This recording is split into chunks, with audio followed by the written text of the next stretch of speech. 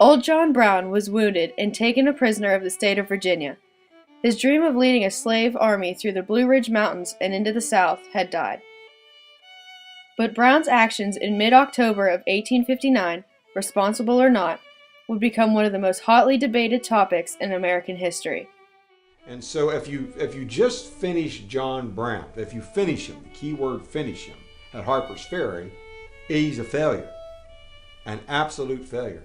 But the point is that Brown was not finished there. He was not killed. He survived.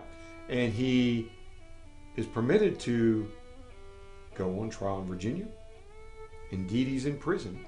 But during that trial, Brown wisely understands that he no longer has the sword to fight against slavery, but he's got something much more powerful than the sword, and that's the word. The word. Newspaper headlines blazed with all the latest news of the Harper's Ferry raid. Most felt it was the work of a solitary madman.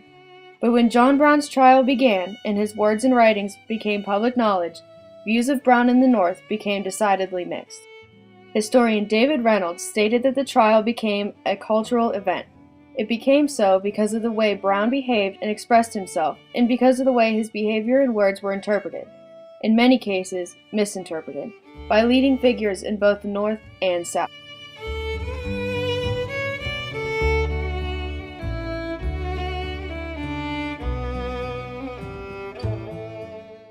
But for this case study, let us take a closer look at two Western Pennsylvania publications, the Democrat and Sentinel and the Alleghenian.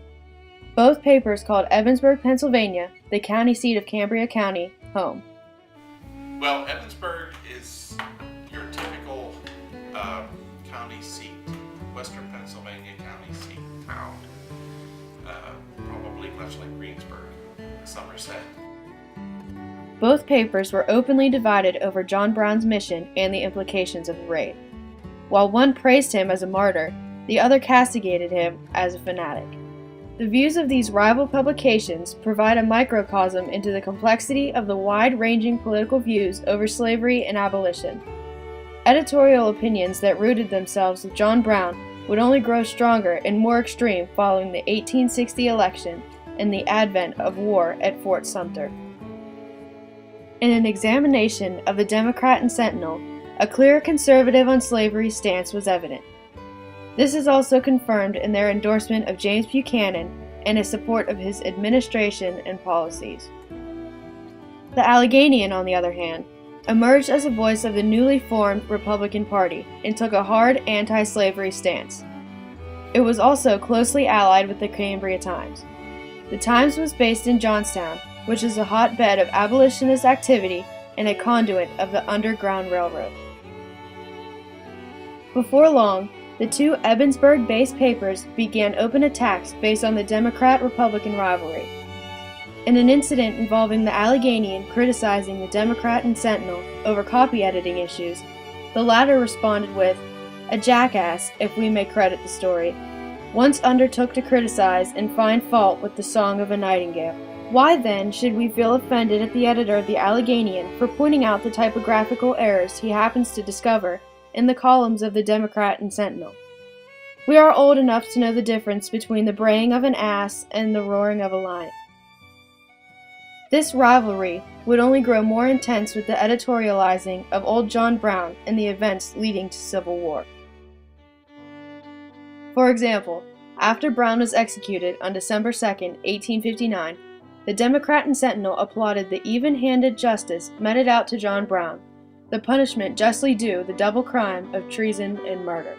The Alleghenian offered a more compassionate view of Brown, in which editorials questioned his mental state, or at the very least, his tactical wisdom. But more importantly, the paper now chose a scapegoat for Brown's actions. The publication now tied the Harper's Ferry raid in a direct connection to the Kansas-Nebraska Act, a controversial piece of legislation sponsored by Stephen Douglas and strongly opposed by Republicans. The idea of popular sovereignty, according to the Alleghenian, opened Pandora's box of evils, as pro- and anti-slavery forces rushed into Kansas. As violence erupted between the opposing masses, the moniker of Bleeding Kansas became aptly applied. The Alleghanian further editorialized that those who suffered in person, in the sanctity of their homes, became like Brown of Osawatomie, frenzied with scenes of diabolical horror. Reason fled her throne, the periodical continued, and the idea of resistance to the supposed cause of all the tumult and outrage became a religious fanaticism.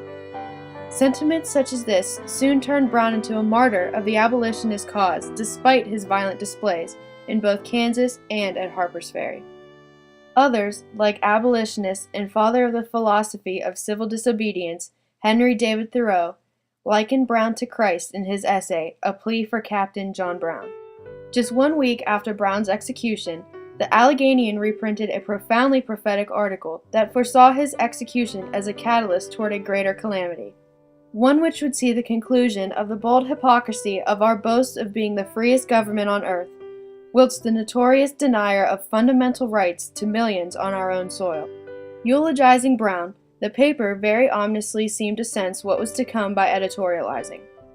We believe sincerely that the death of Brown will do more for the final overthrow of the system of Southern slavery than any single fact of the century. With Brown's demise, the Alleghanian would begin integrating religious fervor into its editorials to further its attacks on slavery. For example, the paper attacked President Buchanan for turning a blind eye to the illegal slave trade that continued to import a traffic condemned alike by the laws of God and man. The Democrat and Sentinel would respond in early 1860 with, "We do not object to his furnishing the Brown-worshipping, Virginia-hating portion of his readers with a schedule of the price of slaves. The Black Republican Party ought to try and get along without dragging religion into the political arena." When the growing reports of a Northern conspiracy associated with Brown began to circulate following his trial and the revelation that a group of wealthy abolitionists known as the Secret Six had funded his Harper's Ferry raid, the Democrat and Sentinel took a more hardline stance on its conservative views of slavery. With the Republican nomination of Abraham Lincoln, the publication went even further, charging the candidate with promoting racial equality. This idea was especially provocative when the nation hung on the brink of civil war. The Alleghanian responded by admonishing their rival publication for going about with such a brazen-faced and cast-iron countenanced falsehood on your unprepossessing exterior, endeavoring to diddle voters in the support of your candidate. David Reynolds noted that the surprising fact that even many people who detested slavery nonetheless accepted the prevalent racial views of the day. This illustrates how controversial the editorial of the Democrat and Sentinel really was when it chastised Lincoln as one who favored racial equality. But Reynolds' sentiments also likely embody many of the Alleghanian's readers, who would be deemed as racist by modern standards. When Lincoln won the 1860 election, carrying Cambria County in the process, the Alleghanian rejoiced and responded with, "Peace and prosperity are again to shine upon our nation, and the people will again enjoy a season of repose from the storms of slavery agitation which have been thrust upon us by the slave oligarchy." John Brown, however, put it in more ominous terms as he was led to the gallows. He handed a note to his guard which read, "The crimes of this guilty land will never be purged away, but with blood." But the Democrat and Sentinel would not bring itself to accept the fact that Southern slave power had caused this sectional dilemma.